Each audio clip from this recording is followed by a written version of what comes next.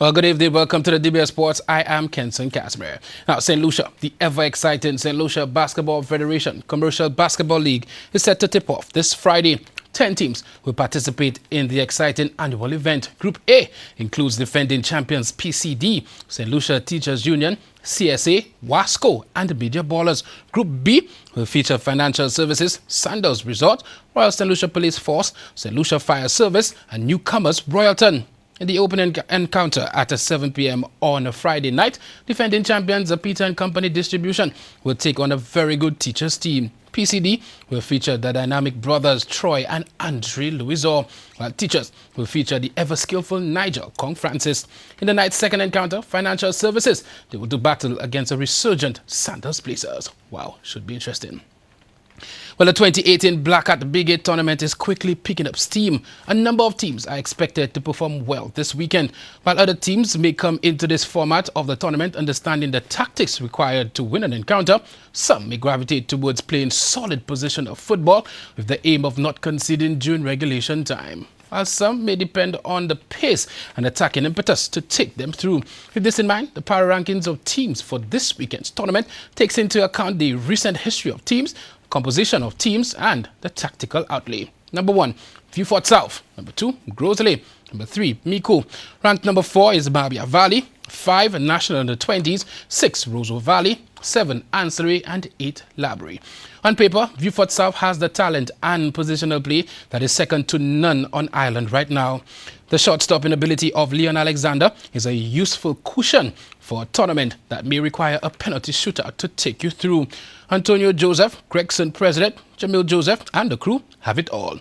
Despite their efforts to downplay the significance of this tournament, no team enjoys having a legacy more than the Black Hat champions.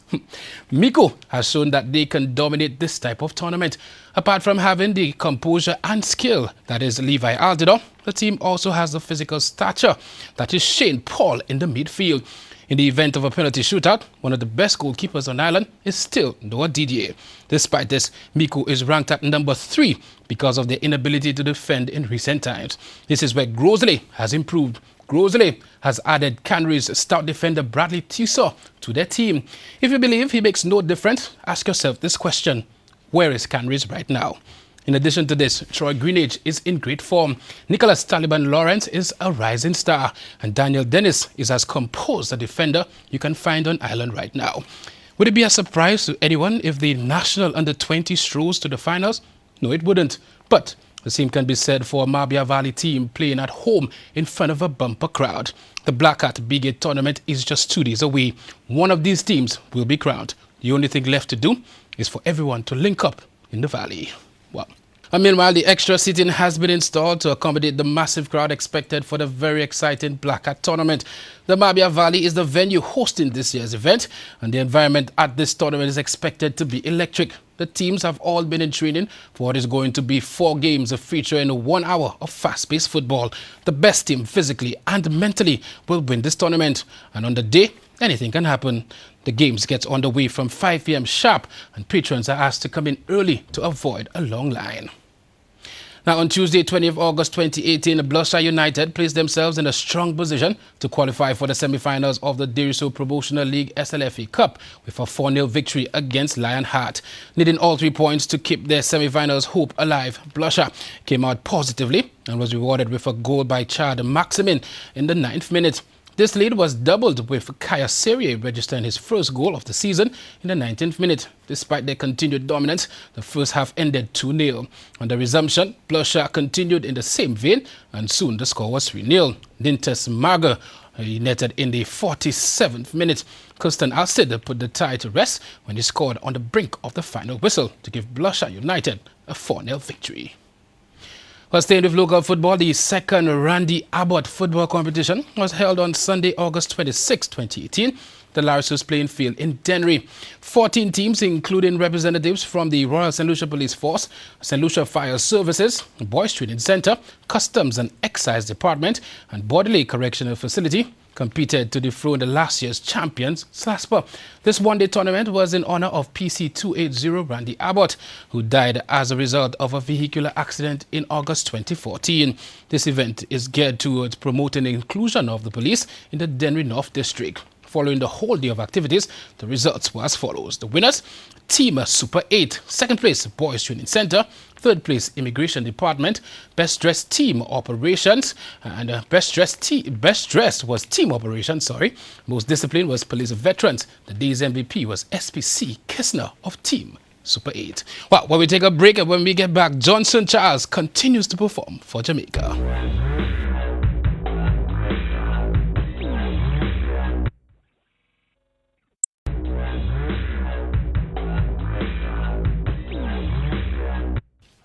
Welcome back. The Jamaica Tallawahs are on top of the Hero Caribbean Premier League table after beating Barbados Tridents by 5 wickets, thanks in huge part to a stellar performance by St. Lucian Johnson Charles.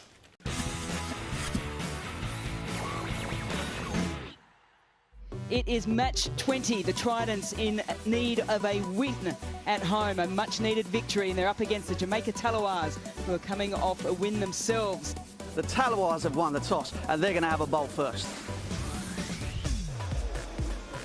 O'Shane Thomas, real exciting youngster for Jamaica. Match number 20 underway.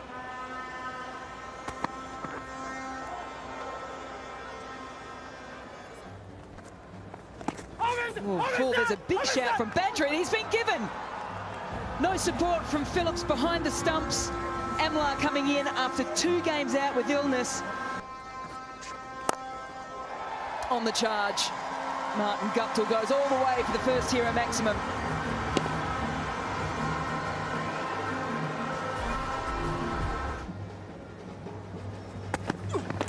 Through him!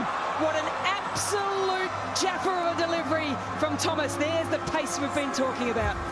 He is dynamite, this young fella. He really is. What a delivery. In the air, over the top. On the attack again, Smith. What a shot that is to Bronholm. Welcome to the Hero CPL. Sunshine Snacks power shot, if you've ever seen one, out of the park.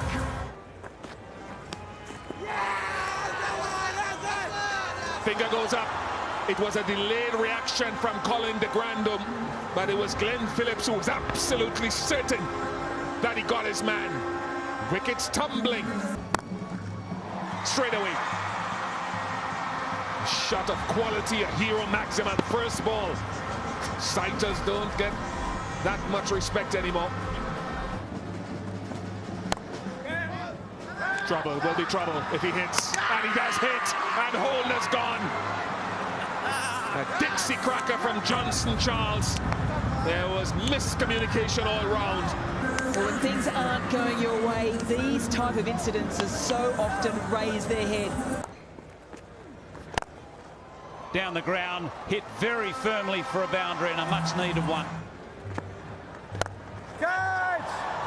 Catches the cry, Nicholas Pooran, my goodness. Well, that's gone up and over. It'll evade the man scampering round at third man. It's beautifully clipped away. That'll be 4.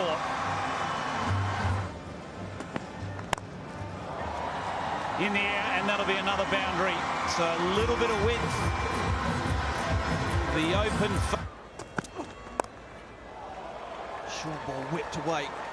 And that's brilliantly timed. Out of a sweeper, and taken. A Republic Bank Classic catch. It's a big side of the ground out there, the bigger of the 2 halves, and Kinar Lewis wraps it in.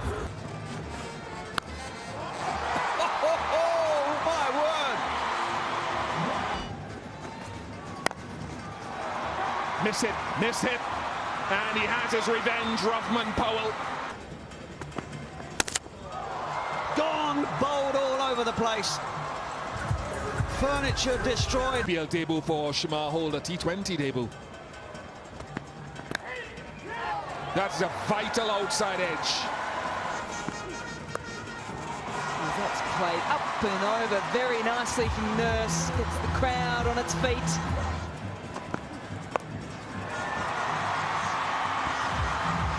Bash that away as well. That is simply magnificent. How Ashley Nurse got enough baton to that from a falling position is astounding.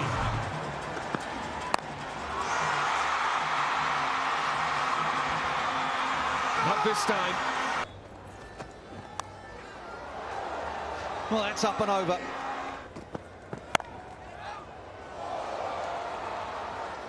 It's a great shot. Really is good. Gone! The bounce was too much.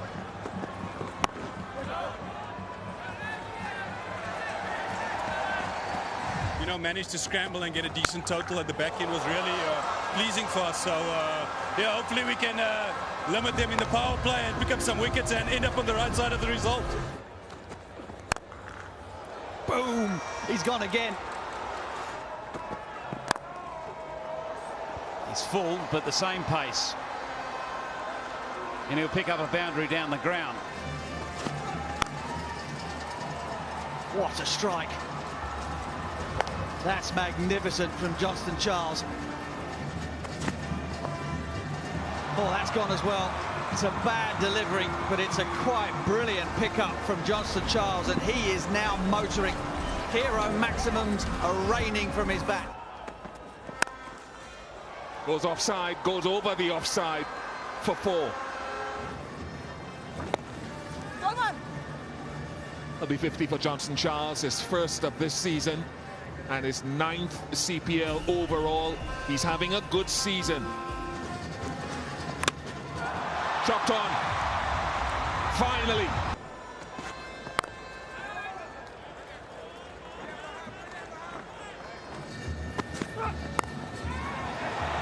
Speaking of which, this is up in the air and taken.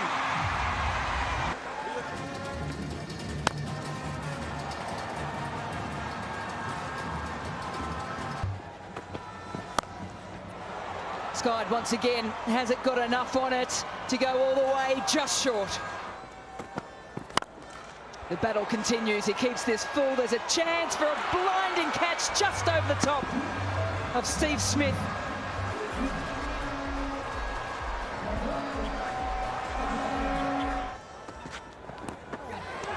That's a brilliant delivery. Slip in play. You don't have a chance though if the very first ball the captain goes boom.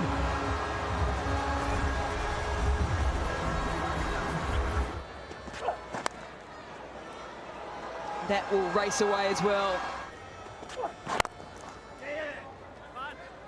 Takes on Irfan. The direct hit could be interesting. Andre Russell not sure he's gone. Would you believe it? The athlete that is Andre Russell, he must have thought there was no chance of a direct hit.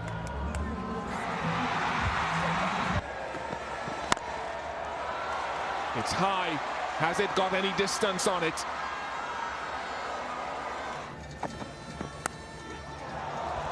Just evades Amla at that wide slip position. Pull that away, and that'll be 4.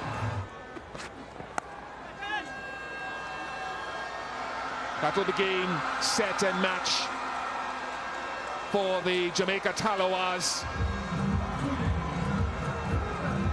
They've gone from strength to strength. The second win on the bounce for them since leaving Florida. Well, after Barbados posted 151 for 9 in the 20 overs, Charles's half-century ensured Jamaica won by 5 wickets. Show them how it's done. Now, in regional youth cricket, the Widowed Islands under-19 team went down by 7 wickets to eventual champions Guyana as the final round of matches was completed in the 2018 CWI Regional Under-19 Cricket Tournament in St. Vincent and the Grenadines. The Windwards, who had to do without the services of Kimani Melius, who left for the West Indies B Tour of Canada, fell short in the batting. After being inserted by Guyana, Windwards was dismissed for 105 in 33.5 overs, with Jashon Alexander 22, Captain Taj Tavernier 18 and Jonel Eugene 16. The leading wicket takers for Guyana were Kevlon Anderson with 4 for 26, Kumar Torrington 3 for 26 and Joshua Jones 2 for 23. In reply, Guyana easily overhauled the Windwards total, finishing on 106 for 3, with Kevin St. Clair making 39, Sachin Singh 27 not out. Bowling for the Windwards were Shamil Lewis, Ryan Williams and Daniel Dupigny with 1 wicket each. Well, staying with regional cricket, West Indies paceman Ratsford Beaton has been cleared to resume bowling in international cricket after remodeling his action. The 25-year-old was suspended from bowling after being reported during a one-day international against New Zealand last December. However, following remedial work, Beaton underwent an assessment at Loughborough at the university on August 13th and has now been given the green light to resume his international career. Pontefract-born Beaton made his West Indies debut against the Black Caps in 3 days before his action was reported. He picked up 1 wicket in his 2 appearances during the series. In further cricket news, Windies men will be in India for almost 7 weeks, commencing September 26. They will be competing against India in 2 tests, 5 one-day internationals and 3 T20s. West Indies and India have played 94 tests against each other since 1948, to which West Indies have won 30, lost 28 and drawn 36. The selection panel has assembled a youthful 15-man squad for the tests, which reads as follows. Well, Jason Holder is the captain, Sunil Lambris, Devendra Bishu, Craig Bradford, Roston Chase, Shane Darwich, Shannon Gabriel, Jamal Hamilton, Shimon Hetmeyer, Shea Hope, Azari Joseph, Kimo Paul, Kieran Powell, Kima Roach and Jamel Warrican. In international athletics, African sprint king Maria Jose Talou believes the era of Jamaican and American women dominating track and field's shortest event is coming to an end. The Ivory Coast athlete, the year's joint fastest over 100 meters, will have a chance to prove that point twice in the coming days when the world silver medalist races in Friday's Diamond League. That's the final in Zurich and the IAAF Continental Cup in the Czech Republic. Talou and the British record holder Dina Asher-Smith go into the meeting tied for the year's top time of 10.85 seconds. The sprints have been an American and a Jamaican stronghold, with athletes from the 2 countries winning all but one of the last 9 Olympic 100-meter races. Finally, Juan Angel Napao, the former president of South America's football governing body, CONMEBOL, has been jailed for 9 years for his part in the FIFA bribery scandal.